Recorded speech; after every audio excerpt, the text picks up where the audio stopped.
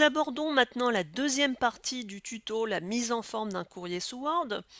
Sur cette partie, nous allons voir comment aligner le destinataire, la date et le signataire au même endroit. Alors quel endroit? Entre 8 et 10 centimètres. Alors la première chose quand même à avoir, c'est la règle. Si vous n'avez pas la règle, on va dans l'onglet Affichage, on recherche la règle. Voyez, moi, la case est cochée. Si je décoche, je ne vois plus ma règle. Si je recoche, je vois ma règle. On me voit pas, on me voit. Et on me revoit pas, et on me revoit. Donc, une fois que j'ai fait ça, je retourne sur l'onglet Accueil, par commodité. Alors, pourquoi entre 8 et 10 cm? Tout simplement parce que ce sont les normes AFNOR, et surtout, si vous avez des enveloppes AFNET, votre adresse du destinataire apparaîtra automatiquement au bon endroit. Sinon, si vous souhaitez faire des étiquettes ou écrire les adresses à la main, en termes de productivité, ça ira beaucoup plus vite, évidemment. C'était une petite blague. Donc, comment allons-nous faire pour aligner nos blocs? Alors, certains me diront, on va donc appuyer sur la barre espace. Alors oui, ça peut être une solution, sauf qu'il faut être très très précis pour tout aligner et c'est relativement long.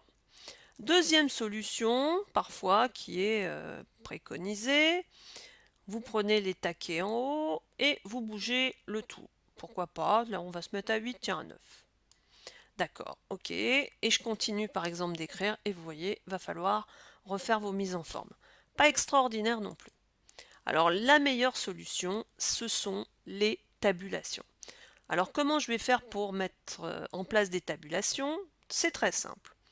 Je sélectionne donc mon texte du destinataire jusqu'au signataire, comme vous pouvez le voir ici. Je vais à côté de paragraphe où j'ai un petit élément qui va me permettre d'afficher une nouvelle boîte de dialogue où j'ai tabulation. Je choisis de mettre ma position, donc je vous ai dit entre 8 et 10. Allez, je vais la mettre à 9 cm.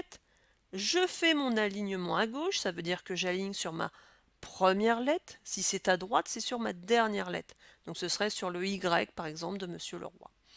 Et je ne mets pas de point de suite. Ça, c'est quand je veux mettre des pointillés ou quoi que ce soit derrière. Je n'oublie pas de définir et je dis OK.